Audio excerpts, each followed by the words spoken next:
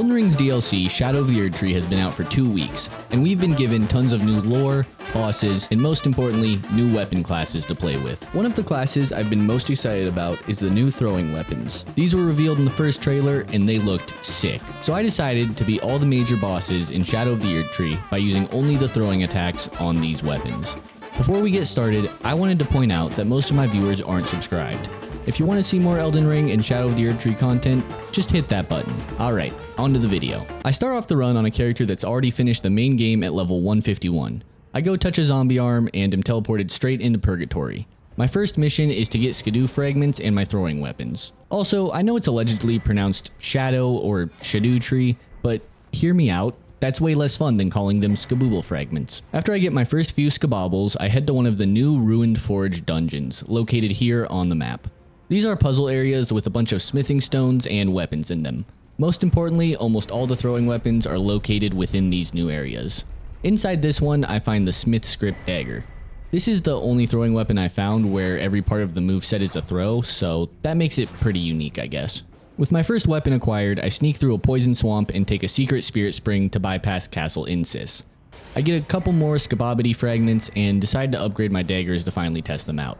There's 2 Skadangle frags up at the Church of Crusade and also an NPC fight. Unfortunately, NPCs have unlimited stamina and apparently input read my throws, so I can't actually harm this man with my throwing daggers, which is pretty bad for my damage test. This is also a major issue with how many NPC fights are in the DLC, but I just decide to tactically retreat and ignore this problem until later. The daggers are not the only throwing weapons added in the DLC. I make my way through a sneaky tunnel and another poison swamp to my next forge. On my way, I stop by the Templetown ruins to also grab the two-handed sword talisman for a damage buff to weapons that I, two-hand, which may be useful later. I finally find my way to Telu's Rune Forged, and in here I find the Smith Script Axe, Great Hammer, and Shield. Not bad for like 5 minutes of adventuring. Now I backtrack a bit to my final weapon gathering area, the Rune Forge of Starfall Past. I find the Smith Script Spear and Cirque here, but more importantly, I get the Smithing Talisman. This buffs the damage from thrown weapons, so I'm keeping this baby equipped for the whole run. I upgrade the entire arsenal at Round Table, then head back to the Shadow Realm to seek out more Skibbity-Doodah fragments. As I'm doing this, I decide to test out the Arrow's Sting and Arrow's Reach talismans. These buff arrow damage and range respectively. However, I know that the Arrow's Reach talisman also affects the Rocksling sorcery in the base game, so it seemed like it was worth a shot to test them out. Arrow's Sting has no effect. However, Arrow's Reach is a different story. The throwing weapons have damage drop off, so up close they do full damage, but at a distance they have a pretty steep drop in their output. Arrow's Reach seems to increase the damage drop off range, so you can be farther away and still do full damage. It was a bit finicky to test this, so I could be wrong, but that was how it looked. Armed with a full arsenal, a bunch of Skadoodly levels, and most importantly, knowledge of how my weapons work, I make my way into Bellarat, which I skeet and skirt my way through to my first remembrance boss, the Fake Lion. I'm at a Blessing level 9, I'm rocking the Opaline Hard tier and the Green Spill tier for more stamina and damage negation. My talismans are the Dragoncrest Great Shield, Arrow's Reach, and the two-handed and smithing talismans.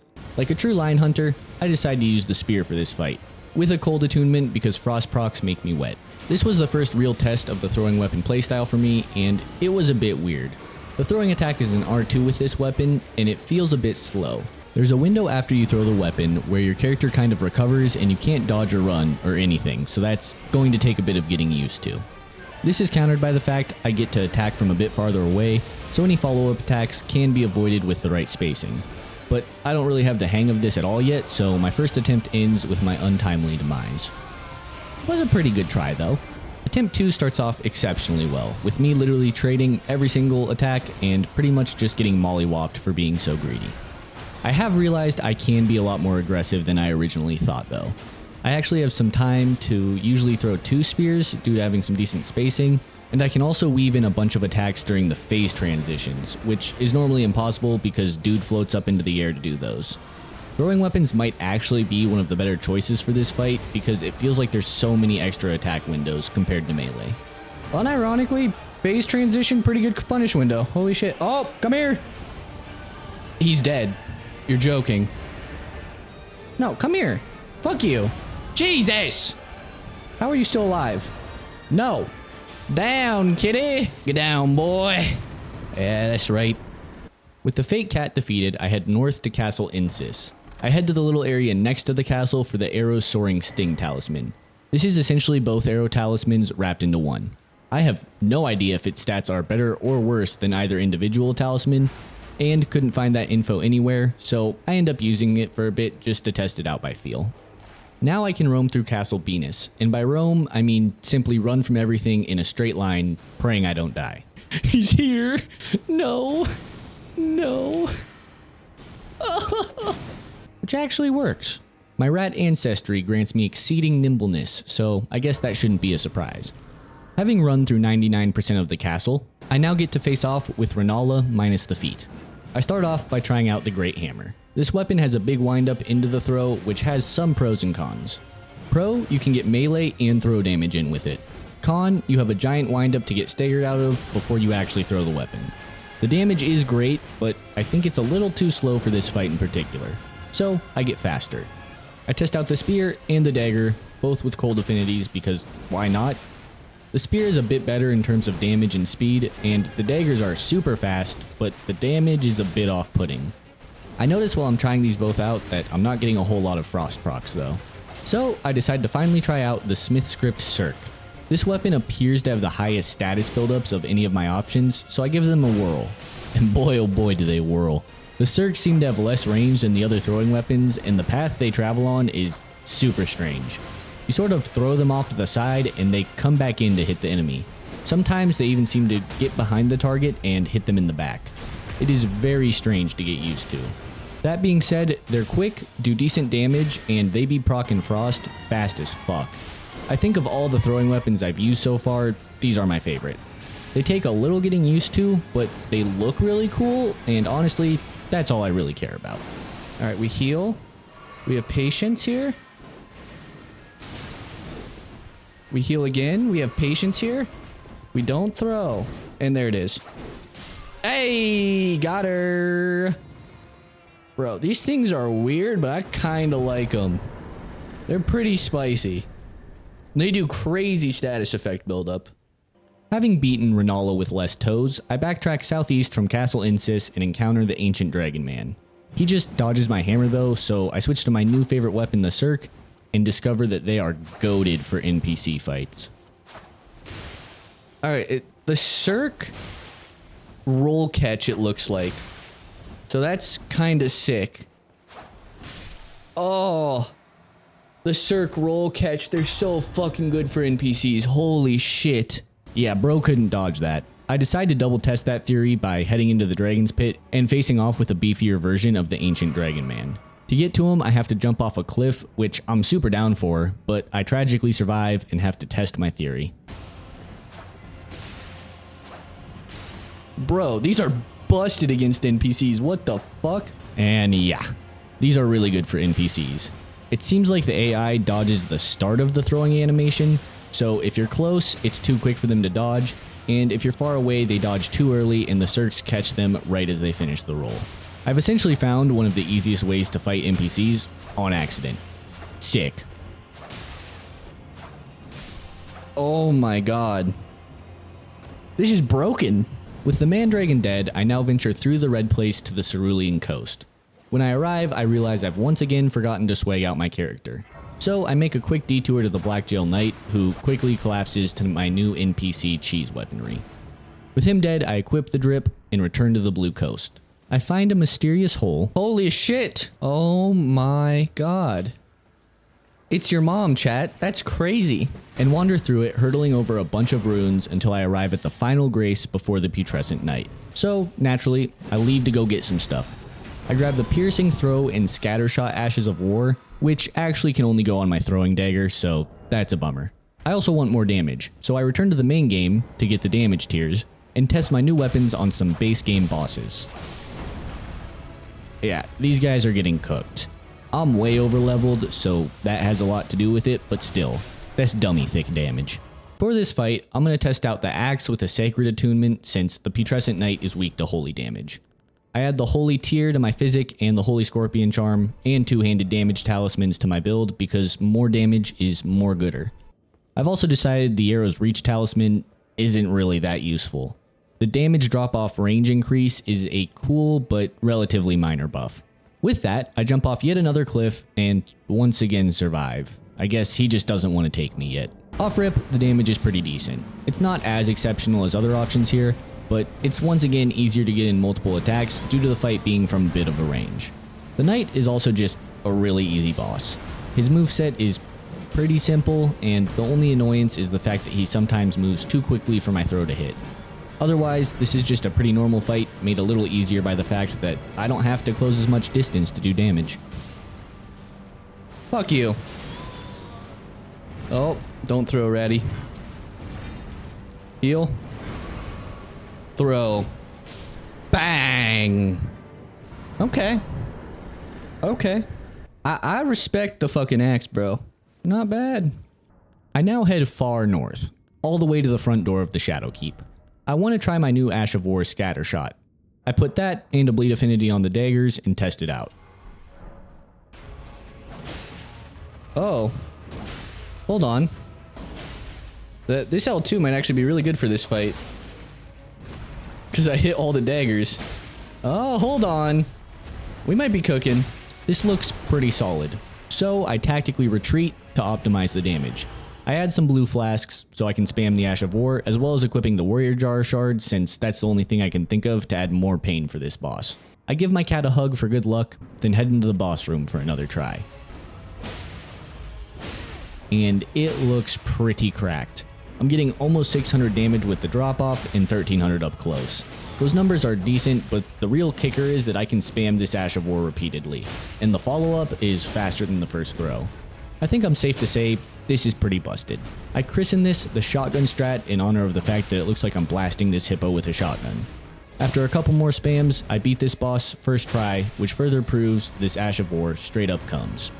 I now meander through the Shadow Keep past a secret painting and find the classic Elden Ring transportation method of stone casket falling off a waterfall. This takes me to a new area, and by heading south enough, I find a nameless mausoleum containing Rakshasa.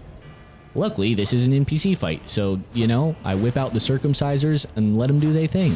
This earns me Rakshasa's armor. Each piece of this gives plus 2% damage in exchange for plus 2% damage taken. Not a bad deal if we're being real. I now head even souther and beat up 2 more hippos for some skaboop fragments, before finishing my journey south by finding the Darklight Catacombs. I skirt through this dark catacomb with the help of my trusty lamp. At the end of the catacomb is a boss door with Jory and his minions. For this fight, I decided to use the Flame Art Circs with the Fire Scorpion Charm and Fire Damage tier.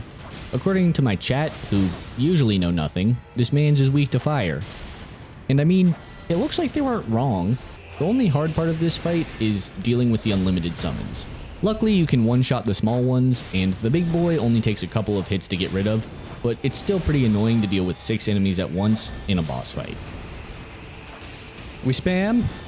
There it is, holy shit. With that done, I now creep through the Abyssal Woods past the new Tumorhead enemies to the Sus Mansion. A mysterious castle mansion thing. Hey chat, why it look like that? Why does it look like that?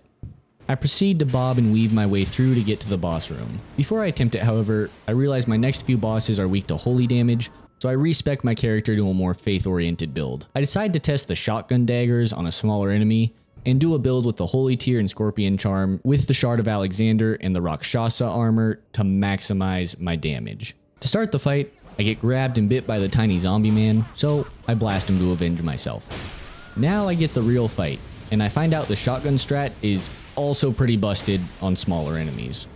I probably could have done this fight even faster, truth be told.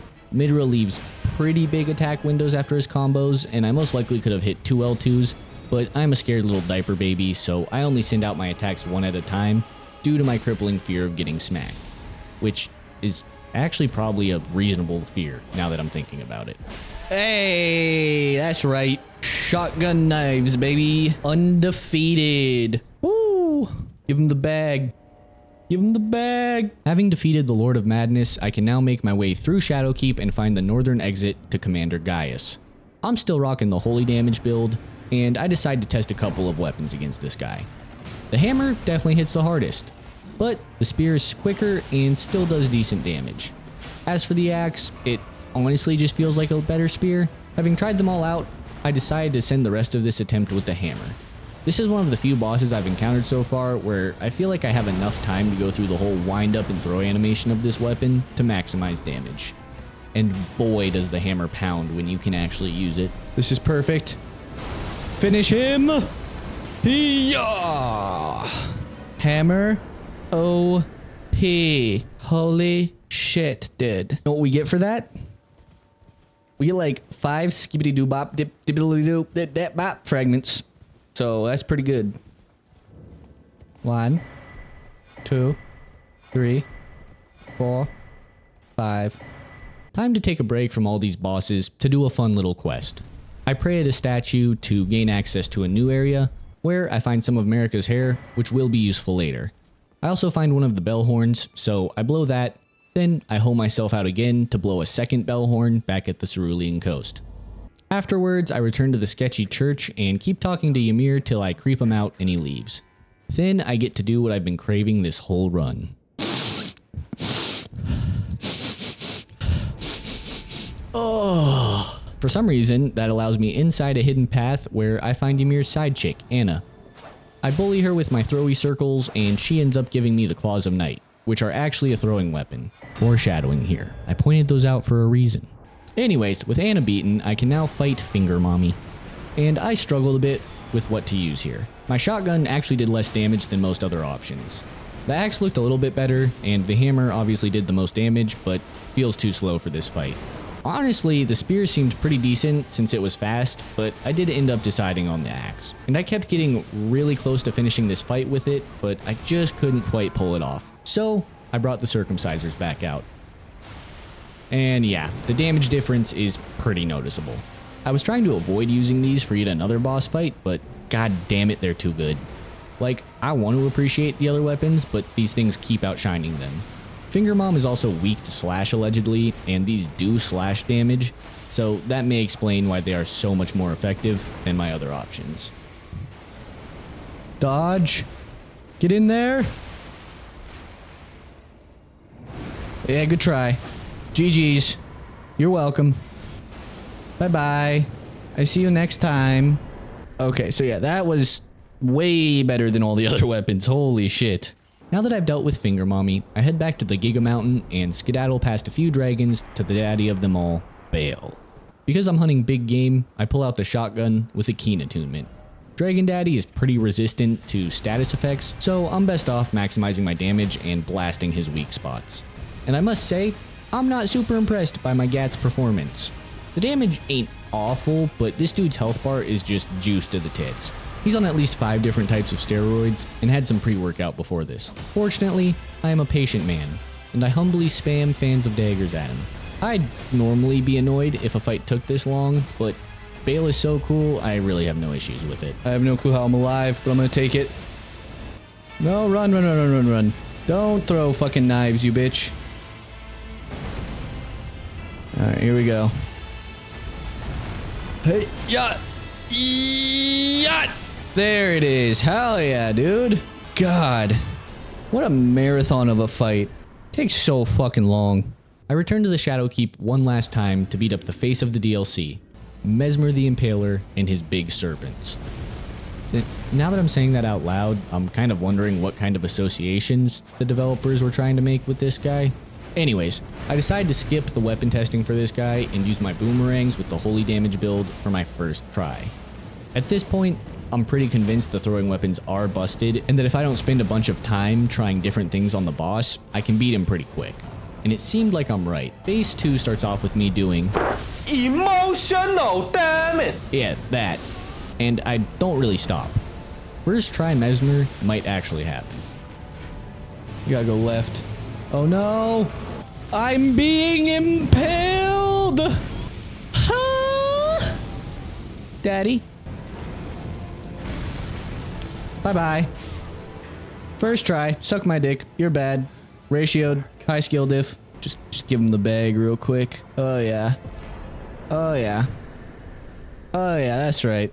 Mesmer's Remembrance lets me get his spear, which is a new throwing weapon. And because it does fire damage, it's the perfect option for my next boss, the Skadoosh Tree. This amped up flower is really hard if you don't hit its face, but with face shots, not that bad. I found I often miss my face shots with melee weapons, but with throwing weapons, that's pretty much a non-issue. Mesmer's Spear is also kind of goated. It seems like it has less damage drop-off than the other weapons I've used so far, which makes it even better in this fight. Even with its 3 lives, the Sunflower stands no chance against me. I get him down to 1 shot and decide to tank the nuke attack like an absolute Chad to guarantee my final hit. Alright. Suck my dick. Fuck you. Easy money. I'll use that to purchase levels. Thank you, sir. Only 2 bosses left now. Time to make my way through the maze of the ancient runes, where I definitely didn't get lost, to the Church of Kush, home of Romania. I decide it's time to finally try out my Captain America shield, so I upgrade it and give it a try. And that damage isn't great. One interesting thing to note though is that the shield doesn't appear to have damage drop off. I'm yeeting this thing from range and getting really consistent damage numbers. That's not enough to get it done, however. So I take some notes from the Spartans and go with a spear and shield build. I really like this combo. Mesmer's Spear is great up close, which is where I'm getting most of the work done. However, Romania likes to zoom around, and when she's at range, the shield is really useful with its lack of damage drop off. This might honestly be the optimal throwing weapon build. Having the ability to fully fuck off and still do damage would have been pretty useful in every other fight. The only downside is the shield throw is an Ash of War, so it uses FP. Oh, never mind. It technically uses FP, but that's literally nothing. My bad. Time to finish cooking. Now we're close. Stay calm, cool, and collected, boys. Oh, yeah. Oh. Use the shield. Hey! Alright. You know what? I was talking a little shit on the shield at the start of the fight. I think it has the most range of any throwing weapon, and it tracks hard as fuck. It's not great. It's not bad.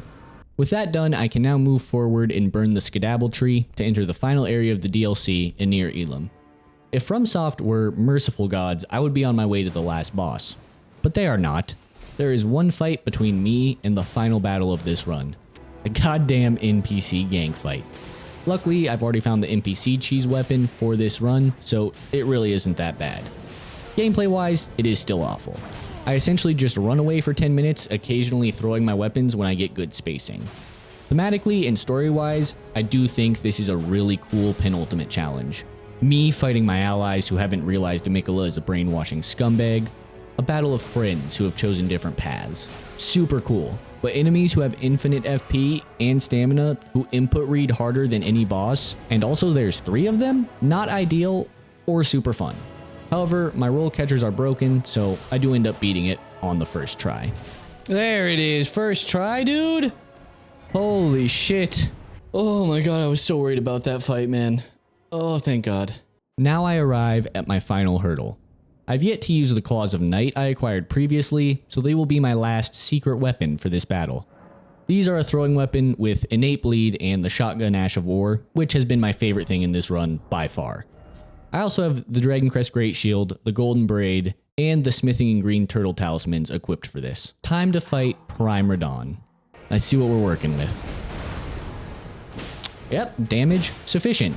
Skills, not sufficient at all. In my defense, I was eating and not entirely focused on these attempts. So I decide to sit up, lean forward, and call my shot. Alright, let's finish the fucking run. Oh yeah, I'm locked in for this attempt. I am nowhere near perfect at this boss, but this boss is also not nearly as bad as people have been making it out to be. Is it tough? Yes. Is it bullshit? Not really. Phase 1 is actually pretty easy to learn. The moveset has some big combos and high damage output, but in exchange for learning it, you get some great damage windows. Also, because it's mostly a rhythm fight that's in close, it's not too hard to build up status effects like bleed. Phase 2 is a battle of precision and endurance. Each attack leaves behind light beams of doom, and it appears to me that every attack in this phase requires specific directional dodges in order to avoid getting hit. I've also found that constantly strafing helps mitigate some of the light beam issues. It's still hard though, even with a good idea of what to do. Small mistakes are punished heavily and the room for error is small. But really, this is what I wanted out of the last boss I'll probably ever see added to Elden Ring. It's a test of perseverance and my desire to learn something that seems impossible at first. Oh, I'm dead. I'm so fucking dead.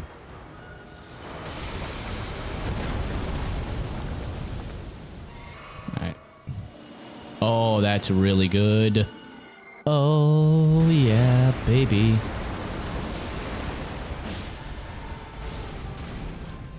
Bro set himself up for free? I said for free? You did that for fucking free, brother?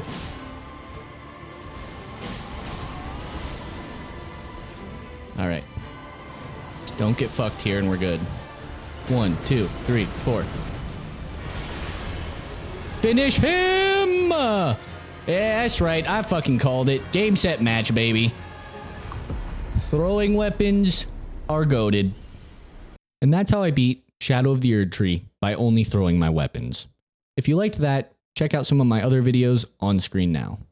Until next time, be good, be kind. Adios.